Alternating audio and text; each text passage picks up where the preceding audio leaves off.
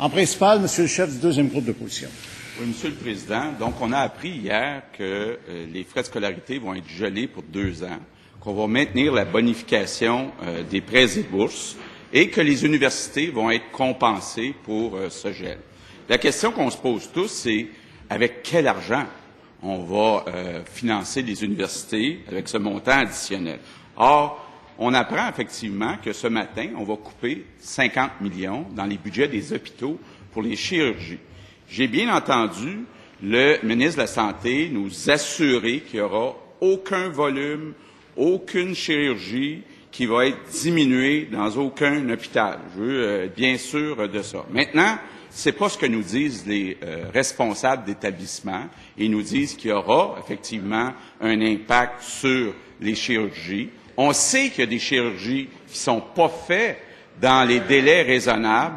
Moi, je voudrais savoir de la part du ministre de la Santé, d'abord, est-il d'accord avec ça, le choix qu'on fait de tout donner aux associations étudiantes, mais de rien lui donner pour atteindre les délais raisonnables? Et est-ce qu'il peut nous assurer qu'actuellement, les hôpitaux ont toutes les ressources pour avoir des délais raisonnables pour toutes les chirurgies?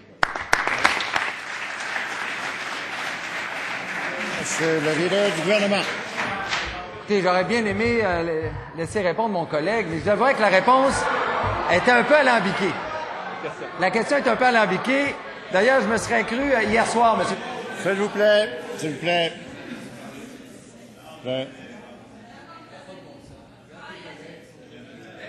Merci, Monsieur le député de Weber. La question a été clairement posée. Je ne la qualifierai pas. Le gouvernement peut choisir qui va répondre à la question. J'ai compris que c'était le leader du gouvernement. Nous allons l'écouter. Monsieur le leader. Écoutez, une fausseté affirmée plusieurs fois ne devient pas une vérité, Monsieur le Président. Vous savez, c'est un principe bien connu. Il n'y a pas de gel. Ce qui est arrivé, c'est que le ministre a simplement annoncé que d'ici le sommet, les frais de scolarité allaient être conservés tels quels. Pourquoi? Pour permettre à tout le monde de faire des représentations et d'être responsable et respecter chacun des intervenants. Ils vont avoir des positions sur la gratuité, sur l'augmentation, sur l'indexation. Ce que je voudrais savoir du député maintenant, du chef de la CAQ, est-ce qu'il compte, lui aussi, participer à ce grand sommet sur l'éducation et nous faire part de ses priorités de son groupe parlementaire, Monsieur le Président? Monsieur le leader du deuxième groupe d'opposition. Monsieur le Président, sur une question de règlement, l'article 79, la réponse doit être brève et portée directement sur la question. Notre chef a posé une question au ministre de la Santé sur la qualité des soins. Elle n'a pas posé une question au leader du gouvernement pour qu'il puisse prendre la place du premier ministre qui n'est pas là actuellement. Je vais entendre Monsieur le chef du deuxième groupe d'opposition dans son additionnel, sa complémentaire. Oui, Monsieur le Président, le leader, là, qui s'énerve pas, là, ça va arriver, qu'il va pouvoir me poser des questions éventuellement. Mais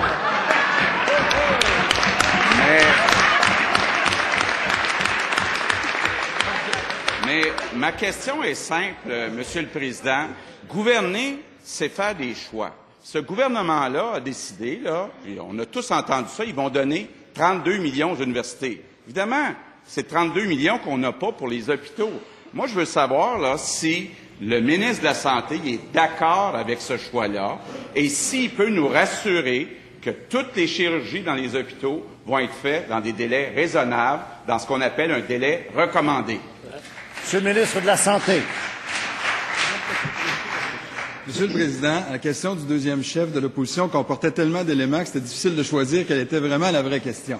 Mais pour la deuxième, qui est beaucoup plus précise, Monsieur le chef de la deuxième opposition, j'ai bien expliqué au député de Jean Talon tout à l'heure que l'incitatif pour les chirurgies comportait un double financement et c'est justement là-dedans que nous voulons faire le ménage, Monsieur le chef de la deuxième opposition.